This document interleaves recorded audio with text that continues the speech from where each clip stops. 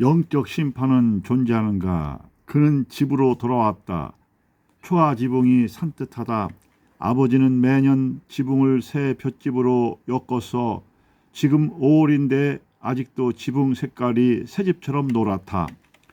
쌀이 문 안에 들어서자 앞마당 왼쪽에 있는 고염나무에서 까치가 깍깍 울어댄다. 복숭아 나무에서 작은 새들이 지저긴다. 앵두나무 덤불에서 후두둑하고 한 무리의 새떼가 날아간다. 엄마는 부엌에서 아침 준비에 여념이 없다. 엄마 안녕? 새벽에 어딜 다녀와? 엄마는 자식의 시점으로 말씀을 하신다. 자식의 시점은 새벽이다. 엄마 아빠는 벌써 하루를 시작했으니 새벽이라는 것은 자식들을 배려해서 한 말씀이 틀림없다. 방문을 열자 아직도 창수와 숙은 이불을 헤집으며 잠을 자고 있다. 형아 일어나. 나 심심하단 말이야. 그는 형의 다리 사이에 걸쳐있는 이불을 잡아당겼다. 아이 졸립단 말이야. 창수가 짜증 섞인 소리에 숙이 부스스 눈을 뜬다. 햇살이 숙의 눈에 정면으로 비집고 들어온다. 아침 햇살의 총초함이 숙의 얼굴에 그대로 나타난다. 명수는 문살에 부착된 유리 조각을 통해 들어온 햇살이 방 안의 부유물을 뚫고 숙의 얼굴에 정면으로 비치는 현상을 가만히 바라보았다. 부수한 눈, 헝클어진 머리, 뽀얀 볼이 참으로 귀엽다. 여동생이 부신 눈으로 명수를 바라본다. 오빠! 숙의 잠이 덜 깬 목소리가 귀엽다. 명수는 동생을 부둥킨다. 8시는 좋기 든 듯 싶다. 그들이 식구들이 아침 식사를 한다. 아빠, 엄마, 형, 명수, 숙 다 식구다. 형은 아침밥 수저가 한없이 늘어진다. 초등학교를 입학한 지 3개월로 접어들었다. 창수는 명수와 3살 터울이다. 명수는 5살이고 창수는 8살이다. 형아 오늘 밥 먹고 먼 산에 한번 가볼래? 꽃들이 어마무시하게 폈어. 나 학교 다니는 걸 몰라? 아참 그럼 학교 갔다 빨리 와. 큰오빠 빨리 와 사방치기 하자. 얘는 사방치기는 여자들이 하는 거잖아. 형이 말했다. 칫. 숙이 말했다. 명수야 동생하고 놀아줘야지. 엄마가 말했다. 창수야 서둘러야 하겠다. 학교 늦겠다. 엄마는 말씀하시면서 해중시계를 바라보았고 창수와 명수와 숙은 일제히 해중시계로 눈을 돌렸다. 해중시계는 8시 30분을 가리키고 있었다. 숙아 몇 시야? 명수가 말했다. 8시 30분. 숙이 곧바로 말했다. 숙은 참으로 똑똑하단 말이야. 명수가 말했다. 히히 하고 숙이 웃었다. 입술에 묻은 밥풀이 그의 앞자락에 떨어졌다. 숙은 이인의 밥풀처럼 흰 손으로 그 밥풀을 주워 먹었다. 그들은 밥상 앞에서 한없이 늦장을 부린다. 아빠는 밥을 다 잡수시고 수저를 놓으시고 일어섰다. 새벽 일을 마치신 아버지와 잠을 자다가 밥을 먹는 그들의 식사 속도는 동일하지 않았다. 아빠가 문을 열자 예안간에서 소염을 먹는 소리가 후룩후룩 들린다. 잠시 후 아빠의 농기구 챙기는 소리가 들린다. 새소리, 멍멍이 소리, 시내물 소리는 약방의 감초처럼 언제나 들려온다. 귀를 기울이면 아름다운 소리는 사방에 널려있다. 형이 책불을 어깨에 메고 학교에 간다. 명수는 형을 따라가고 싶어 도발짝 걸음을 옮긴다. 오빠 사방치기 하자. 숙은 형을 따라 나서는 명수를 불러 세운다. 아빠는 오늘 일정을 이미 식사하시면서 다 말씀하셨다. 아빠는 일정대로 느티나무 근처에 있는 논을 갈기 위하여 준비하고는 지게를 메고 예안간에서 수를 끌고 이려쩌쩌 하며 쌀의문을 나선다. 송아지도 따라 나선다. 송아지는 너무나 신이 난 듯 펄쩍거린다. 아빠의 지게 안쪽에 있는 소요물통이 아빠의 허리를 감쌌다. 엄마가 싸주신 참보따리는 농기구에 자리를 다 내주고는 지게 끝에 매달려 있다. 아버지 다녀오세요. 숙과 명수는 새처럼 제잘되며 말한다. 오냐. 아빠는 새처럼 지저귀는 그들의 소리를 그냥 지나치지 않는다. 명수야 하고 아빠가 부르신다. 아빠가 명수의 볼에 뽀뽀한다. 아이 따가워. 명수는 그 말을 하면서도 아빠의 목을 끌어안는다. 아빠가 씩 하고 웃는다. 역시 아침 햇살이 아빠의 하얀 치아에 닿는다. 그 치아는 아빠의 한갈색 피부에서 더욱 빛이 난다. 아빠, 나도. 숙이 아빠에게 달려든다. 욱. 숲은 아빠의 까칠한 수염을 볼에서 고사리 손으로 밀쳐낸다. 너는 맨날 아빠가 뽀뽀하면 밀쳐내냐? 명수가 말했다. 오빠, 아니야. 아빠의 수염이 따가워서 그래. 숙이 억울하다는 표정으로 말한다. 그런데 맨날 왜 해달라는데? 명수가 말했다. 나도 몰라. 숙이 말했다. 아빠가 술을 몰고 저만치 갈 때까지 그들은 조잘거리고 있다. 지게 끝에 매달린 참 보따리가 아버지의 발걸음에 맞춰 대롱거린다. 송아지도 앞서거니 뒤서거니 어미수를 따라 잘도 간다. 이내 숙과 그는 사방치기에 몰두했다. 한참 시간이 흘렀다. 바닥모서리의 고염나무 그림자가 비껴 지나갔다. 아, 재미없다. 명수가 말했다. 햇빛이 너무 따갑다. 오빠, 그치? 숙이가 동조한다. 둘은 손을 잡고 겨울뚝을 향하여 걷기 시작한다. 그들은 집어 흥겹게 노래까지 부르며 갔다. 학교 종이 땡땡 친다. 어서 모여라. 선생님이 우리를 기다리신다. 형이 부르는 소리를 그들도 벌써 알게 되었다. 뭉게구름이 둘인가 셋인가 하늘 높이 떠있다. 그 뭉게구름은 봄 햇살에 쪼그라졌는지 봄바람에 밀려났는지 머나먼 하늘에 하얗게 떠있었다. 태양빛은 그 뭉게구름에 아랑곳하지 않고 5월의 푸르름 위에 내리 쏟아지고 있었다. 산과 들, 대지는 온통 푸르름의 일색이다. 간간히 실개천의 모래가 하얗게 반사된다. 겨울 안팎의 동네들이 초가지붕은 그 햇살을 흡수하여 저마다의 노란 볏짚의 색깔을 낸다. 거의 작년에 엮어 이른 지붕이다. 간혹 회색 지붕이 보인다. 한 1년 전쯤 해 이뤘을 것이다. 대부분의 초가지붕은 부지런한 농부의 마음처럼 두께가 풍성하다. 그런데 웬일인가 니코틴에 쩔어 진흙벌처럼 물컹하고 낙조대에 밀려나가 골패진 토랑처럼 움푹 팬 지붕에는 잡풀까지 듬성하다. 사람 손이 닿은 지가 10년은 좋게 되어 보인다. 나는 노름꾼이요 술에 쩔어지는 주전뱅이요 게으름뱅이다. 비가 오면 분명 천장에서 사방팔방에서 떨어지는 빗물을 받으려 그릇이란 그릇은 다 동원할 듯 싶다.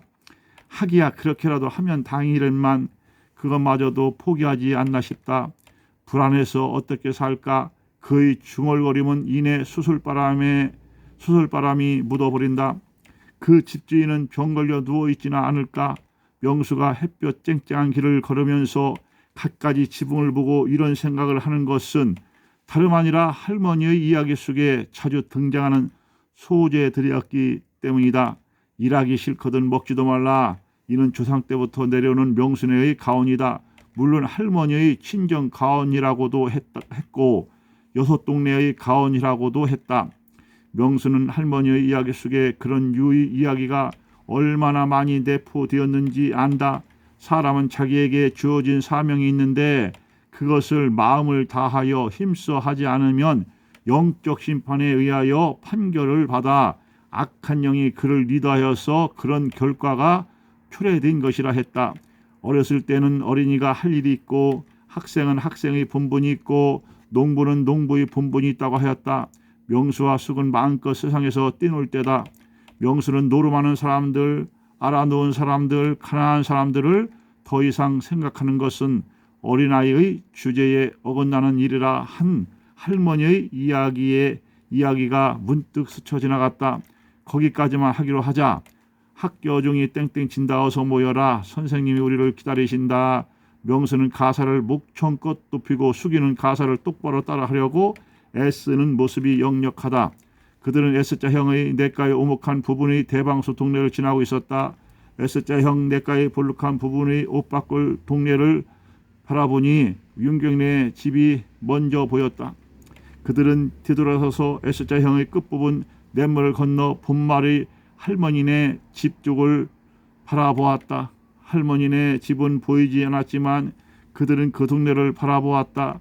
그들은 걸어가면서 앞을 보기도 하고 옆을 보기도 하고 뒤로 돌아서 보기도 하며 걸어갔다. 그들은 냇가를 건너지 않고 구부러진 둑길을 따라 걷고 있다. S자형의 볼록한 부분에 커다란 느티나무가 있고 새터말과 시나리포를 바라보며 가고 있다. 에스테형의 시냇물은 풍성하게 흐르고 있는 것은 중간중간에 실개천과 심지어 도랑까지 수많은 물줄기가 그리로 모여들기 때문이었다. 그들은 중간중간 나 있는 도랑을 펄쩍펄쩍 뛰어넘었다. 오빠 손잡아줘. 숙이 손을 내밀었다. 숙이의 손은 고사리 순같이 오목조목하고 움트는 연한 순처럼 부드럽다. 명수는 그 손을 꼭 잡았다. 순간 온기가 흐른다. 시냇물은 졸졸졸 소리를 내며 흐른다. 냇물이 우리도 있으니 우리를 바라보라는 신호인 듯하다. 시냇물은 물줄기를 따라 흘렀다. 그것들은 새로운 길을 개척하려고 무모하게 모래밭을 돌진한다든가 징검다리 받침돌을 넘으려고 하지 않는다. 하지만 바위를 만나든지 모래턱을 만나든지 큰 돌을 만나든지 하면 소리를 지른다. 그냥 피해만 가지 않는다. 그들은 끝없이 저항하며 간다. 그것도 없이 그냥 비껴만 가면 물의 가치를 무시할까 자기 목소리를 내는 것 같다. 우리도 사물이야. 우리도 자연에 동조하고 일조한다는 것을 보아달라는 듯이 보인다. 하늘에서 햇볕이 따갑게 내리쬐는 것도 하늘에 구름이 한 점 떠 있는 것도 바람이 부는 것도 나무도 풀도 모래도 다 자기를 나름대로 다 알리는 것 같다. 명수가 둑을 바라본다. 둑에는 이름 모를 풀들이 머릿결처럼 늘어져 있다. 그는 수기의 손을 풀었다. 그는 이내 그 둑을 스키를 타듯 인도 서핑을 하듯 풀을 타고 멋지게 내리 달렸다. 오빠! 숙의 놀란 목소리가 둑 위에서 들렸다. 명수는 숙을 올려다 본다. 풀섭에 마른 구멍이 하나 있는데 구멍의 입구가 반질반질하다. 숙은 두 손을 들고 안아달라는 표정을 한다. 그냥 미끄럼을 타듯 내려와. 명수는 등 밑에서 목청껏 소리를 지른다. 숙은 오빠의 말에 힘을 얻어 풀섭에 쪼그리고 앉아 미끄럼을 타지만 어딘가 불안하다. 그는 옆으로 픽 쓰러진다. 앙! 숙은 울음을 터뜨렸다. 명수야, 동생을 잘 돌봐야지. 엄마의 목소리가 들려오는 듯하다. 물새 굴이 명수를 자꾸 머벌거리게 한다. 물새똥의 특유한 하얀색과 푸른색으로 반반 섞여 있는 그것이 반질반질한 그 위에 자기 집이라고 강조하듯 둘러 있다. 오빠 뭐해? 숙이는 울음을 그치고 오빠를 재촉한다. 명수는 물새를 잡는 것이 급했지만 숙이의 부르짖음을 더 이상 예민할 수 없었다. 명수는 둑을 기어 올라갔다. 푸른 풀이 무성하여 몇 번인가 미끄러져 내렸다. 바보, 그냥 미끄럼을 타듯 있으면 저절로 내려온다니까. 명수가 말했다. 숙이는 바보라는 말에 자극을 받았는지 다시 한번 시도를 한다. 그는 또 픽 쓰러진다. 잘못하면 굴러 떨어질 것 같은 모션이다. 명수는 풀을 잡고 안간힘을 다해 올라가 숙이를 잡았다. 명수는 숙이를 보듬고 미끄럼을 탔다. 하, 재밌다. 오빠가 붙잡아주니까. 숙이 환한 미소를 지었다. 하얀 치아가 태양에 한껏 드러난다. 그의 검은 머리카락이 윤기를 자아내며 뒤로 흩날린다. 햇볕은 어느덧 10시 방향에서 그들을 비춰주고 있었다. 거봐, 재밌지? 더 재밌는 것을 보여줄게. 명수는 어깨를 떡하니 벌리고 말했다. 숙은 햇볕에 얼굴을 약간 찡그릴 뿐 오빠의 시선에 고정하고 있다. 숙아, 잠깐 기다려. 내가 물새를 잡아줄게. 물새 알도 보여줄게. 아이 오빠, 나도 볼래. 물새가 어디에 있어? 이 굴에 들어있다니까. 지금쯤이면 물새가 이 굴에서 알을 품고 있을 거야. 명수가 확신에 찬 음성으로 말했다. 명수가 확신하는 것은 형이 자기에게 으스대며 보여준 일을 재현하려 하기 때문이었다. 그때 형은 굴 앞에 물새의 특이한 똥을 구분하고 물새인 줄 알았고 손을 거침없이 집어넣어 물새의 어미를 잡아 끄집어내었고 물새알도 꺼내 보여주었다.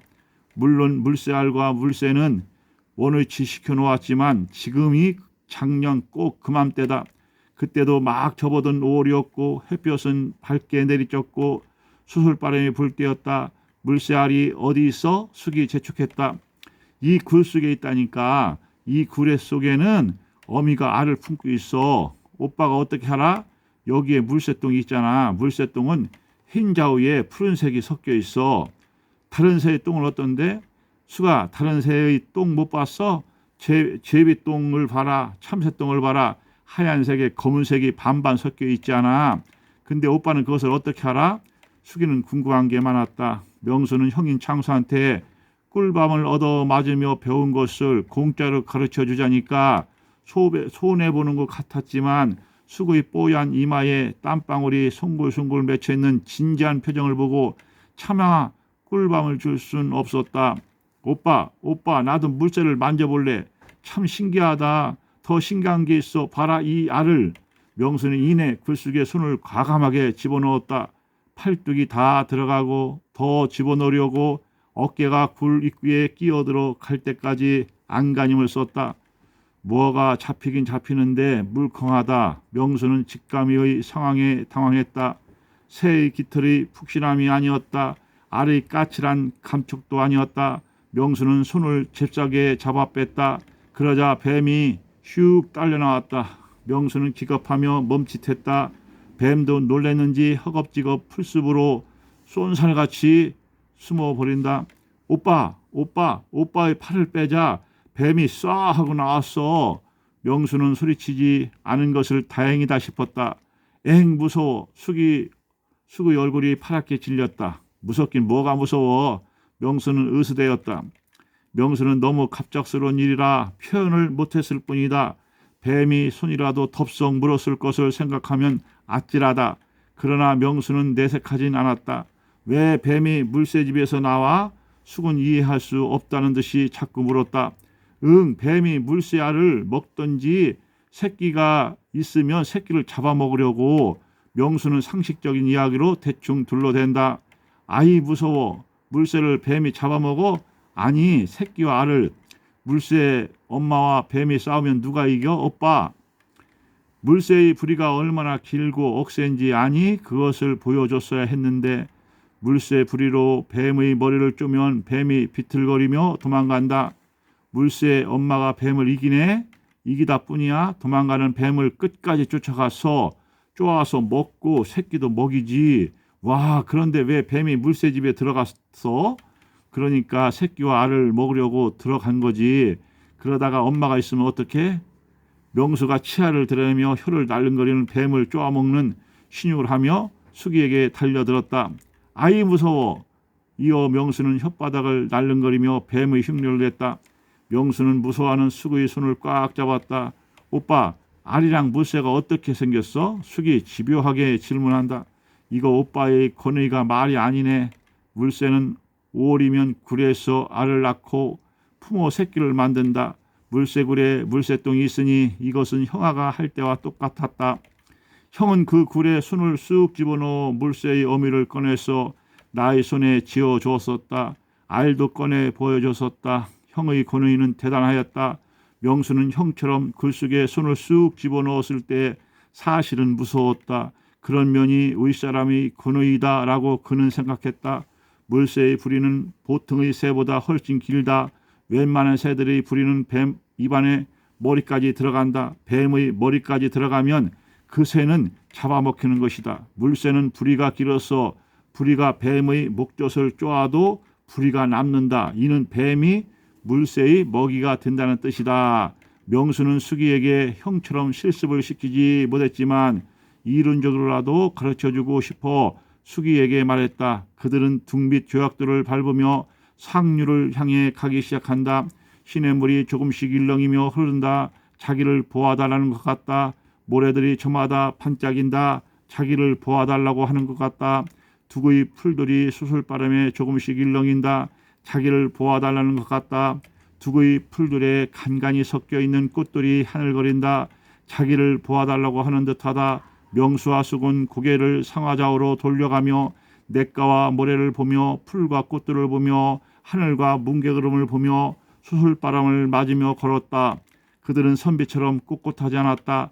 꿋꿋이 걷는 것은 선비의 몫이지 그들의 몫은 아닌 것이다. 먼 산에 나무들이 무리지어 있고 산등선이 굴곡지어 있다. 산과 하늘이 맞닿은 공간 능선에는 세상의 경계를 그어놓은 것 같다.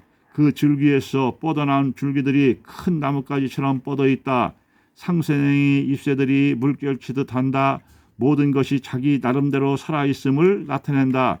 모래는 반짝, 물은 일렁이고, 꽃은 하늘거리고, 풀도 나무도 공기도 하늘도 산도 바위도 땅도 생물, 무생물이라고 가만히 있는 것은 아니다.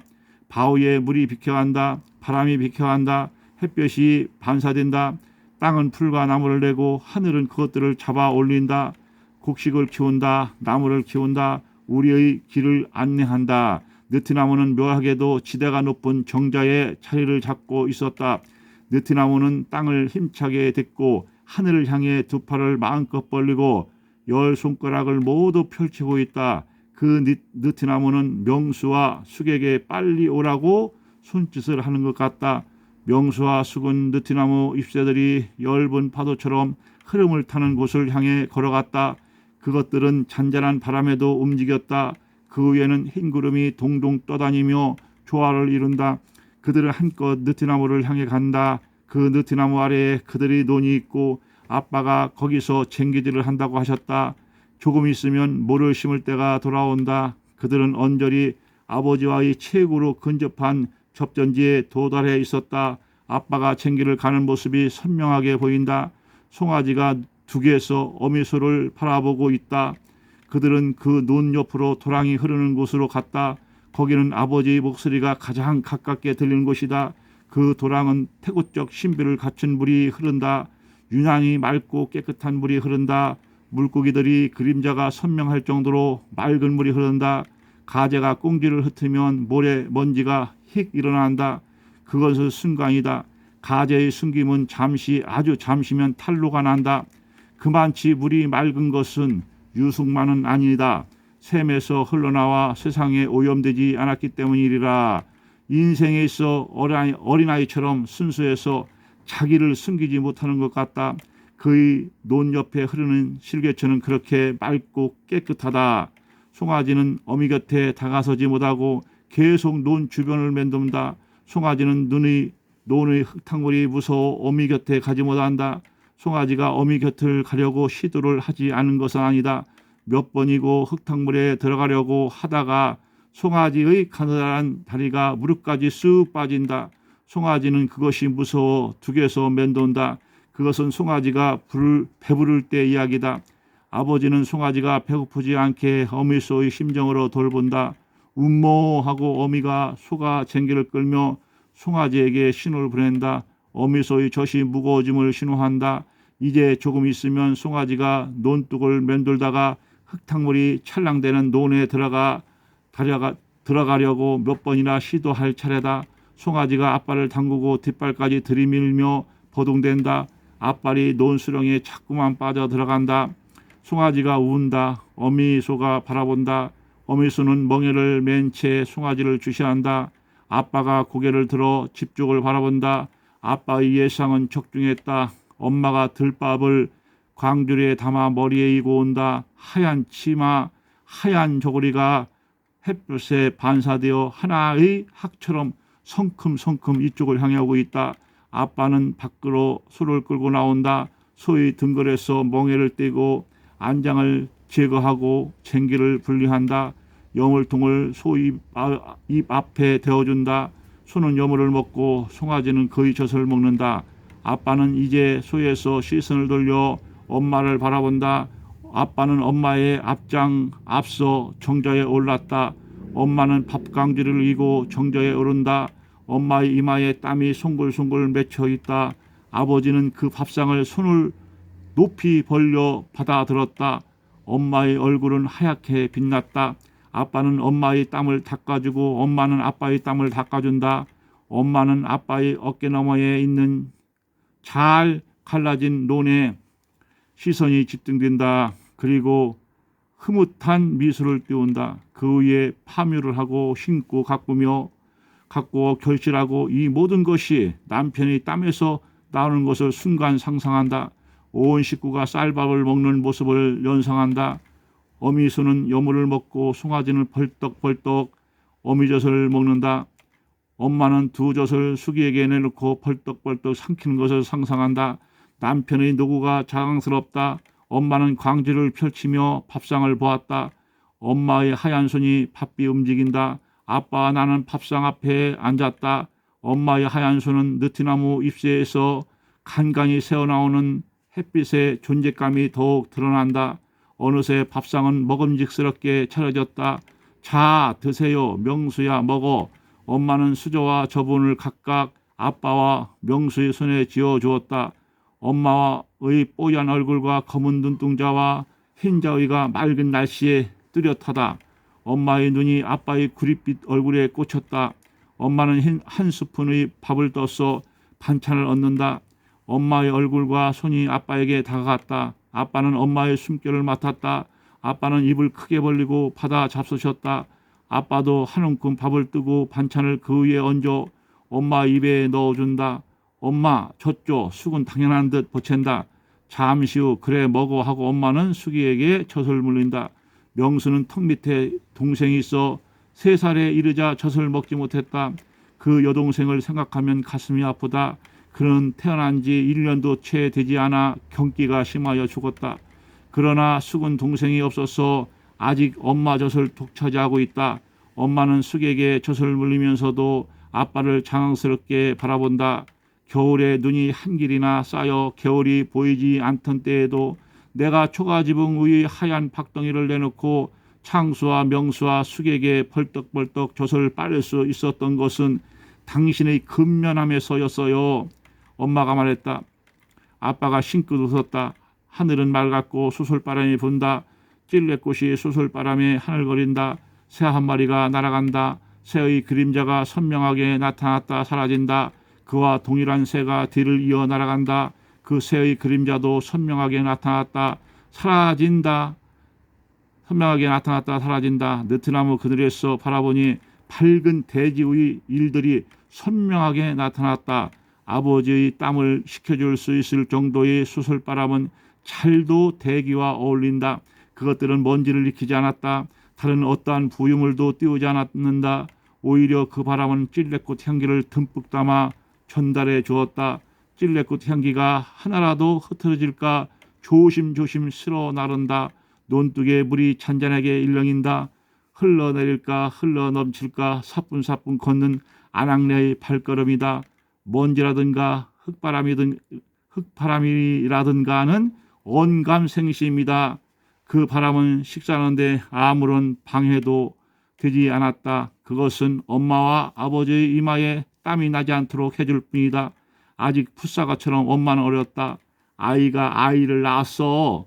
동네의 아주머니들이 형을 낳았을 때 할 말이었다고 하였다. 그때가 엄마의 나이 17살, 그것도 한국 나이니 만으로 치면 16살이 조금 안 된다. 아빠는 일제 강점기 때에 만주에서 독립운동을 했다고 들었는데 사실 일본의 강제징용을 피해서 할머니가 보낸 것이었다.